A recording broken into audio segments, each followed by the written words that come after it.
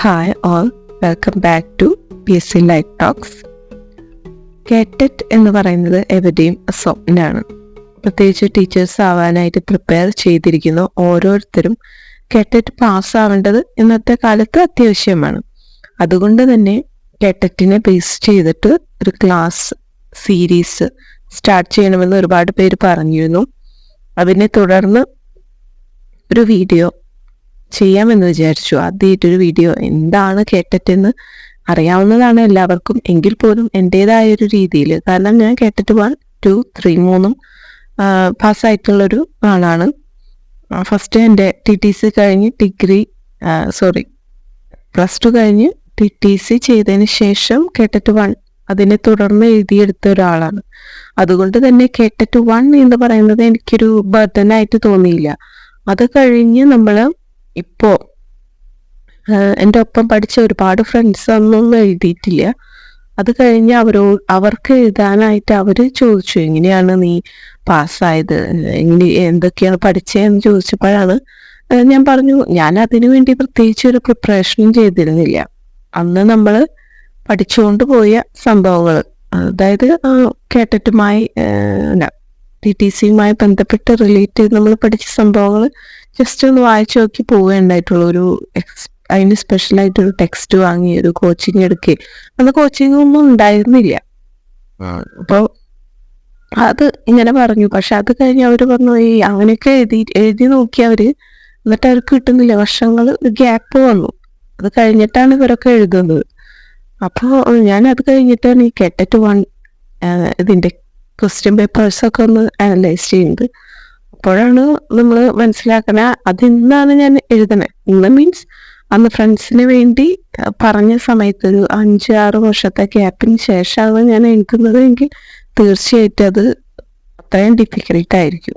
എനിക്ക് കേട്ടറ്റ് 1 എഴുതുന്നവരോട് പറയാനുള്ള ഒരേ ഒരു കാര്യം എന്ന് പറയുന്നത്, നിങ്ങൾ TTC DLED എടുത്ത് അതിനൊരു ഗ്യാപ്പ് വരാതെ അതിനെ തുടർന്ന് എഴുതാൻ ശ്രമിക്കുക. 2-3 വട്ടം ചിലപ്പോൾ ട്രൈ ചെയ്യേണ്ടി വരും. പക്ഷെ അതിനെ തുടർന്ന് എഴുതുമ്പോൾ അതിൻ്റെ വേഗത്തിൽ നമുക്ക് കിട്ടും. ഒരു ഗ്യാപ്പ് വന്നു കഴിഞ്ഞാൽ കേട്ടറ്റ് 1ൻ്റെ ഒരു പ്രത്യേകത അതാണ് എനിക്ക് തോന്നുന്നു.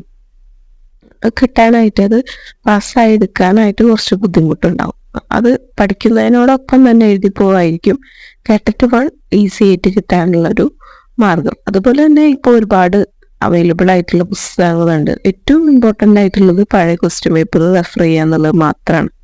കേട്ടറ്റ് 1ന് പ്രത്യേകമായിട്ടൊരു കോച്ചിങ് എടുക്കണം എന്നൊന്നും എനിക്ക് തോന്നുന്നില്ല. എനിക്ക് തോന്നുന്നത് ഏറ്റവും മികച്ച ഒരു ഉപാധി എന്ന് പറയുന്നത്, നമ്മൾ മുമ്പത്തെ ക്വസ്റ്റ്യൻ പേപ്പേഴ്സ് തുടർച്ചയായിട്ട് അത് പ്രിൻ്റ് ഔട്ട് എടുത്തോ, അല്ലെങ്കിൽ അങ്ങനത്തെ പുസ്തകങ്ങൾ ഇപ്പോൾ അവൈലബിൾ ആണ് ക്വസ്റ്റ്യൻ പേപ്പേഴ്സ് മാത്രമായിട്ട്. അതൊക്കെ വാങ്ങിച്ച് അത് ഒന്ന് ചെയ്ത് പഠിക്കുക. എൻ്റെ ഫ്രണ്ട്സിനൊക്കെ ഞാൻ അങ്ങനെയാണ് സജസ്റ്റ് ചെയ്തത്. അവർക്കൊക്കെ അത് ഹെൽപ്പ് ചെയ്തു എന്നാണ് എൻ്റെ വിശ്വാസം. കാരണം അവരെല്ലാവരും പിന്നെ ആയിട്ടുണ്ട് കേട്ടറ്റ് 1 എന്ന് പറയുന്നത്. അതിന് ഞാൻ പറഞ്ഞു കൊടുത്ത പുസ്തകങ്ങൾ എന്ന് പറയുന്നത് അധികവും മുമ്പത്തെ ക്വസ്റ്റ്യൻ പേപ്പേഴ്സ് ഇൻക്ലൂഡഡ് ആയിട്ടുള്ള പുസ്തകങ്ങളാണ്. അപ്പം അതാണ് അവർക്കത് കേട്ടറ്റ് 1 എന്ന് പറയുന്ന ഒരു സംഭവത്തിന് എനിക്ക് നിങ്ങൾക്കായാലും പറഞ്ഞു തരാനുള്ള ഒരു കാര്യം. പിന്നെ മറ്റൊന്ന്, അതിനോടൊപ്പം തന്നെ DLEDൻ്റെ ടെക്സ്റ്റ് ബുക്കുകളൊന്ന് റെഫർ ചെയ്ത് പോകുക എന്നുള്ളതാണ്. DLEDൻ്റെ ടെക്സ്റ്റ് ബുക്കിനുപരി നമ്മൾ ആ സമയത്ത് ചെയ്ത പ്രവർത്തനങ്ങൾ, സ്കൂളിൽ ചെയ്ത പ്രവർത്തനങ്ങൾ, അതുമായി ചെയ്ത അസൈൻമെൻറ്റുകൾ, അതൊക്കെ റിലേറ്റഡ് ആയിട്ടുള്ള ക്വസ്റ്റ്യൻസ് ആണ് കണ്ടുവരുന്നത്. മറ്റൊന്ന് കേട്ടറ്റ് 2 ആണ്. കേട്ടറ്റ് 2നെ പറ്റി പറയുകയാണെങ്കിൽ എനിക്ക് തോന്നുന്നു കമ്പാരിറ്റീവ്ലി ഏറ്റവും സിമ്പിൾ ആയിട്ടുള്ളത് കേട്ടറ്റ് 2 ആണ്. കേട്ടറ്റ് 1ഉം 2ഉം 3ഉം എഴുതി ലഭിച്ച ഒരു വ്യക്തി എന്ന നിലയിൽ എനിക്ക് പറയാനുള്ളത് ഏറ്റവും സിമ്പിൾ ആയിട്ടുള്ളത് കേട്ടറ്റ് 2 തന്നെയാണ്.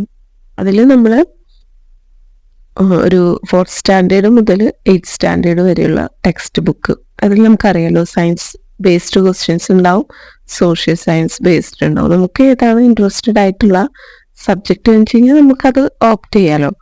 അങ്ങനെ സോഷ്യൽ സയൻസ് ആണെങ്കിൽ അത്, സയൻസ് ആണെങ്കിൽ ആ ഒരു സബ്ജക്റ്റ് ഓപ്റ്റ് ചെയ്ത് അതിൽ നിങ്ങൾക്ക് ആ ടെക്സ്റ്റ് ബുക്ക്, അതായത് 4ാം ക്ലാസ് മുതൽ ഒരു 8ാം ക്ലാസ് വരെയുള്ള ടെക്സ്റ്റ് ബുക്ക് കറക്റ്റായിട്ട് ഈ ഒരു സബ്ജക്റ്റിൻ്റെ, സോഷ്യലാണെങ്കിൽ സോഷ്യലിൻ്റെ ടെക്സ്റ്റ് ബുക്ക് കറക്റ്റായിട്ട് ഫോളോ ചെയ്ത് കഴിഞ്ഞാൽ ഈസി ആയിട്ട് ജയിക്കാവുന്ന ഒന്നാണ് കേട്ടറ്റ് 2 എന്ന് പറയുന്നത്. ഇല്ല സൈക്കോളജിയോ അതുപോലെ മലയാളം അതൊന്നും വിഷയമല്ല. മെയിൻ മാർക്ക് വരുന്നത് നമുക്ക് നമ്മുടെ സബ്ജക്റ്റിലാണല്ലോ. അപ്പം അത് നമ്മൾ ഈ ടെക്സ്റ്റ് ബുക്ക് മാത്രം ബേസ് ചെയ്ത് പഠിക്കുക എന്നുള്ളതാണ് ഞാൻ അങ്ങനെയാണ് പഠിച്ചത്. ഞാൻ വെറും ഒരു 1.5 മാസത്തോളാണ് ഞാൻ അതിന് വേണ്ടി പഠിച്ചത്. കുറച്ച് ഗ്യാപ്പ് വന്നിട്ടാണ് ഞാൻ എഴുതിയത്. കേട്ടറ്റ് 1 എഴുതിയതിന് ശേഷം പിന്നെ ഞാൻ എഴുതിയിട്ടുണ്ടായിരുന്നില്ല. കേട്ടറ്റ് 2 എന്ന് പറയുന്നത് കുറച്ചൊരു ഗ്യാപ്പ് വന്നു, ഒന്നും ചെയ്തില്ല. ഞാൻ ടെക്സ്റ്റ് ബുക്ക് മാത്രം വായിച്ചു നോക്കി എഴുതിയ ആളാണ്. അതുപോലെ തന്നെ മുമ്പത്തെ ക്വസ്റ്റ്യൻ പേപ്പറുകളും ഞാൻ റെഫർ ചെയ്തു. എങ്ങനെയാണ് ക്വസ്റ്റ്യൻസ് എന്ന് മനസ്സിലാക്കിയ ശേഷമാണ് ടെക്സ്റ്റ് ബുക്ക് പഠിക്കാനിരുന്നത്. ഈ 2 കാര്യങ്ങൾ മാത്രം ചെയ്തു ആദ്യത്തെ പ്രാവശ്യം. അതും കേട്ടറ്റ് 1-നേക്കാളും ഹൈ മാർക്കോടുകൂടി കേട്ടറ്റ് 2 എനിക്ക് തന്നെ വിശ്വാസം എന്താ പറയാ, പരീക്ഷ എഴുതിയപ്പോൾ ഈസി ആയിരുന്നു എങ്കിൽ പോലും ഇത്രയും മാർക്കും സ്കോർ ചെയ്യും എന്ന് ഞാൻ വിചാരിച്ചിരുന്നില്ല. അത് അത്രയും സിമ്പിൾ ആയിട്ടാണ് എനിക്ക് തോന്നിയത്. ഒരുപാട് 2-3 വട്ടം എഴുതേണ്ടി വന്നില്ല. ക്വസ്റ്റ്യൻ പേപ്പർ റെഫർ ചെയ്യാം, ഇത് ആ ടെക്സ്റ്റ് ബുക്കുകൾ ബേസ് ചെയ്ത് നമ്മൾ ഇന്ന് പഠിക്കുക. നമുക്ക് വേണം എന്ന് വിചാരിച്ച് നമ്മൾ പഠിച്ചാൽ ഏതൊക്കെ കോച്ചിങ് സെന്ററിൽ പോയാലും ഏതൊക്കെ പുസ്തകങ്ങൾ വാങ്ങിച്ചാലും നമുക്ക് കാര്യമില്ല. നമ്മൾക്ക് വേണമെന്നുണ്ടെങ്കിൽ നമ്മൾ ഇന്ന് പഠിക്കുക തന്നെ ചെയ്യണം. ഇവരൊക്കെ ഒരു മെത്തേഡ് നമുക്ക് കാണിച്ചു തരുന്നു, ഒരു പാത്ത് നമുക്ക് കാണിച്ചു തരുന്നേ ഉള്ളൂ. അതിക്കൂടെ അത് ഫോളോ ചെയ്ത് അതിനാവശ്യമായതൊക്കെ പഠിച്ചെടുക്കേണ്ടത് നമ്മുടെ ഡ്യൂട്ടിയാണ്. നമ്മൾ ഒരു നല്ല കോഴ്സ് പർച്ചേസ് ചെയ്തു എന്നതുകൊണ്ട് നമ്മൾ ഒരു പരീക്ഷയ്ക്കും വിജയിക്കില്ല. അത് കേട്ടറ്റ് എന്ന് മാത്രമല്ല, നമ്മൾ PSC ആയാലും നമ്മൾ എങ്ങനെ ഹാർഡ് വർക്ക് ചെയ്യുന്നു അതിനെ അടിസ്ഥാനമാക്കിയിട്ടായിരിക്കും നമ്മുടെ റിസൾട്ട് വരിക. പിന്നെ PSC എന്ന് പറയുമ്പോൾ കുറച്ച് ലക്ക്, നമ്മൾ പഠിച്ച ഏരിയയിൽ നിന്ന് വരിക എന്നുള്ളതൊക്കെ കുറച്ച് ലക്ക് ഫാക്ടറും ഉണ്ടായിരിക്കും. പക്ഷെ കേട്ടറ്റ് എന്ന് പറയുന്നത് അങ്ങനെയൊന്നല്ല. നമ്മൾ പഠിച്ചിട്ടുണ്ടെങ്കിൽ നമുക്ക് കിട്ടും, ഉറപ്പാണ്. അടുത്തത് കേട്ടറ്റ് 3 പറ്റിയിട്ടാണ് പറയുന്നത്. കേട്ടറ്റ് 3 എന്ന് പറയുന്നത് ഞാൻ 2 വട്ടം എഴുതി. 3-മത്തെ വട്ടമാണ് ഞാൻ കോച്ചിങ് ഒന്നും എടുക്കാതെ തന്നെയാണ്, പക്ഷെ 3-മത്തെ വട്ടമാണ് ഞാൻ പാസ്സായത്. ഫസ്റ്റ് 2 വട്ടം പഠിച്ചിട്ടൊന്നല്ല എഴുതി, ചിലപ്പോൾ അതുകൊണ്ടായിരിക്കും ആ ഒരു പാറ്റേൺ നമുക്ക് കിട്ടി. 3-മത്തെ പ്രാവശ്യമായപ്പോഴും ഞാൻ ആദ്യമായിട്ടൊരു പുസ്തകം കേട്ടറ്റിന് വേണ്ടി വാങ്ങുന്നത് കേട്ടറ്റ് 3-ക്കാണ്. കേട്ടറ്റ് 3-ക്ക് വേണ്ടിയിട്ട് ഒരു പുസ്തകം വാങ്ങിച്ചു. അത് ജസ്റ്റ് റെഫർ ചെയ്ത് അതൊന്ന് വായിച്ചു പോയിട്ടുണ്ടായിരുന്നു. പിന്നെ അതുപോലെ ഞാൻ ചെയ്തത് ഡിഗ്രി ബേസ് ചെയ്തിട്ടുള്ള എൻ്റെ ടെക്സ്റ്റ് ബുക്കുകൾ, നോട്ടുകളൊക്കെ കളക്ട് ചെയ്ത് ഉണ്ടായിരുന്നു എൻ്റെ കയ്യിൽ. അത് വായിച്ചു പോയിരുന്നു. നമ്മുടെ സിലബസിനെ ബേസ് ചെയ്ത് നമ്മുടെ ഡിഗ്രിക്ക് ഉണ്ടായിരുന്ന എല്ലാ പോർഷൻസും ഒന്ന് കവർ ചെയ്തിട്ടാണ് ഞാൻ പോയത്. അതുപോലെ തന്നെ ഈ ടെക്സ്റ്റ് ബുക്ക് ഓൾറെഡി ഞാൻ വാങ്ങിച്ചിട്ടുണ്ടായിരുന്നു. എനിക്ക് തോന്നുന്നു 300 റുപ്പീസിൻ്റെ അടുത്തായിരുന്നു അതിൻ്റെ വില. ആ ഒരു പുസ്തകം മാക്സിമം ഞാൻ റെഫർ ചെയ്തിരുന്നു. പിന്നെ സൈക്കോളജി അതുപോലെ സൈക്കോളജി പോർഷനൊക്കെ അത്യാവശ്യം നന്നായിട്ട് ആ ഒരു പരീക്ഷയ്ക്ക് നോക്കിപ്പോയി. കാരണം ഇവിടെ മാർക്ക് എങ്ങാനും പോയാൽ നമുക്കത് പിടിച്ചെടുക്കണമല്ലോ എന്ന് വിചാരിച്ച് സൈക്കോളജി പോർഷനും അത്യാവശ്യം നന്നായിട്ട്, അതായത് നമ്മുടെ BEdന്റെ ടെക്സ്റ്റ് വെച്ചിട്ടാണ് ഞാനത് പഠിച്ചു പോയത്. BEdന്റെ ടെക്സ്റ്റ്, അതുപോലെ ഒരു പുറത്തുനിന്ന് വാങ്ങിയ ഒരു ടെക്സ്റ്റ്, സബ്ജക്റ്റ് ബേസ് ചെയ്ത ഒരു ടെക്സ്റ്റ്, അതുപോലെ നമ്മുടെ ഡിഗ്രിക്കായിട്ട് നമ്മൾ ഉപയോഗിച്ചിരുന്ന പുസ്തകങ്ങൾ. അതിൽ ഈ സിലബസിൽ പറയുന്ന ഫാക്ടേഴ്സ് മാത്രം റെഫർ ചെയ്തിട്ടുണ്ടായിരുന്നുള്ളൂ. എല്ലാം വലിച്ച് പഠിച്ചിട്ടൊന്നുമില്ല. അതിൽ പറയുന്ന ടോപ്പിക്സ് മാത്രമാണ് പഠിച്ചിട്ടുള്ളത്. പക്ഷെ അങ്ങനെ പഠിച്ചു പോയ ആദ്യത്തെ എക്സാമിൽ നമ്മൾ പാസ്സായിട്ടുണ്ട്. അതിനു മുമ്പ് 2 വട്ടം, ഞാൻ ഓൾറെഡി പറഞ്ഞ 2 വട്ടം എഴുതിയിരുന്നു. അത് രണ്ടും പഠിക്കാതെയാണ് പോയിരുന്നത്. ജസ്റ്റ് ഒന്നറിയാം എന്ന് വെച്ചിട്ട് ആദ്യത്തെ വട്ടം പോയി. 2-മത്തെ വട്ടം എഴുതിയത് കുറച്ചൊക്കെ പഠിച്ചു, എന്നാലും എല്ലാം കംപ്ലീറ്റ് ആയിട്ട് ഒന്നും നോക്കിയിരുന്നില്ല. പ്രത്യേകിച്ച് സൈക്കോളജി പോർഷനൊന്നും നോക്കാതെയാണ് 2-മത്തെ എക്സാമിന് പോയത്. വളരെ നിസ്സാര മാർക്കിന്, 2 മാർക്കിനാണ് അത് നഷ്ടപ്പെട്ടത്. അപ്പൊ എനിക്ക് മനസ്സിലായ ഒരു കാര്യം, നമ്മൾ തേർഡിന് പോകുമ്പോൾ കാറ്റഗറി 3 എന്ന് പറയുമ്പോൾ അത് നമുക്ക് ചിലപ്പോൾ എല്ലാം കുറച്ചൊരു ഗ്യാപ്പ്, ഇതേപോലെ തന്നെ കുറച്ച് ചെറിയൊരു ഗ്യാപ്പാണ്. കാറ്റഗറി 3യുടെ അത്ര ഗ്യാപ്പൊന്നും ഉണ്ടായിരുന്നില്ല. എങ്കിൽ പോലും ആ ഒരു സമയത്ത് ജോലി ഉണ്ടായിരുന്നു. ഇപ്പൊ നമുക്ക് നോക്കണേനും എല്ലാത്തിനും ഒരു ബുദ്ധിമുട്ടുണ്ടായിരുന്നു. എങ്കിൽ പോലും നമ്മൾ ട്രൈ ചെയ്ത് എഫേർട്ട് എടുത്ത് നമ്മൾ ആ ഒരു സിലബസ് ഒന്ന് ജസ്റ്റ് കവർ ചെയ്താണ്. ഭയങ്കര ഡീപ്പായിട്ട് പഠിച്ചൊന്നുമല്ല, എന്നാലും എല്ലാ പോയിന്റ്സും ഒന്നും വായിച്ചെത്തിച്ചു. അങ്ങനെ പോയി എക്സാമിന് നമ്മൾ പാസ്സായിട്ടുണ്ട്. ഇത് ഒരിക്കലും കേട്ടറ്റ് 1, 2, 3 എന്ന് പറയുന്നത് ഒരു മലയല്ല. ഈ മല കയറേണ്ട ആവശ്യമൊന്നുമില്ല. നമ്മൾ അതിൽ പറയുന്ന ടോപ്പിക്സ്, സിലബസിൽ പറയുന്ന ടോപ്പിക്സ് ജസ്റ്റ് ഒന്ന് കവർ ചെയ്ത് പോയാൽ, ഒപ്പം നമ്മുടെ പഴയ പേപ്പറുകൾ, ക്വസ്റ്റ്യൻ പേപ്പറുകൾ റെഫർ ചെയ്യുക, അതൊന്ന് ചെയ്ത് നോക്കുക. ഇത് മാത്രം മതി നമുക്ക് കേട്ടറ്റ് നേടിയെടുക്കാൻ. വേറെ ഒരുപാട് എന്താ പറയുക ബുദ്ധിമുട്ടുകളൊന്നുമില്ല ഈ കേട്ടറ്റ് നേടിയെടുക്കുക എന്ന് പറയുന്ന ഒരു സംഭവത്തിന്.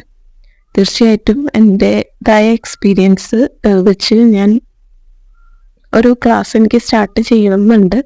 ടൈമിനനുസരിച്ച് ഞാൻ സ്റ്റാർട്ട് ചെയ്യുന്നതായിരിക്കും. ഈ വീക്ക് സ്റ്റാർട്ട് ചെയ്യാനാണ് ഞാൻ വിചാരിച്ചിരുന്നത്. പക്ഷെ ഒരു ത്രോട്ട് ഇൻഫെക്ഷൻ ഉള്ള കാരണം നാളെ ഇനി ക്ലാസ് ഇടാൻ പറ്റുമോ എന്നറിയില്ല.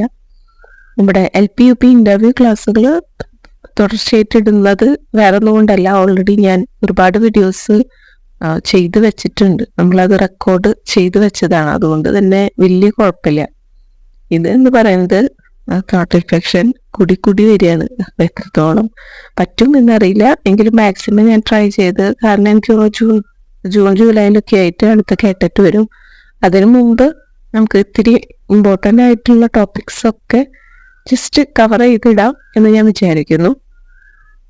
ഏവർക്കും എൻ്റെ വീഡിയോസ് ഇഷ്ടപ്പെടുന്നു, ക്ലാസ്സുകൾ ഉപയോഗപ്രദമാകുന്നു എന്നറിഞ്ഞതിൽ ഒരുപാട് നന്ദി. ഏവർക്കും മികച്ച ഒരു വിജയം കേട്ടറ്റിനായാലും അതുപോലെ നമ്മുടെ ഇപ്പോൾ ചെയ്തുകൊണ്ടിരിക്കുന്ന ഇൻ്റർവ്യൂ സീരീസിലായാലും മികച്ചൊരു വിജയം ഞാൻ എല്ലാവർക്കും ആശംസിക്കുന്നു. നന്ദി.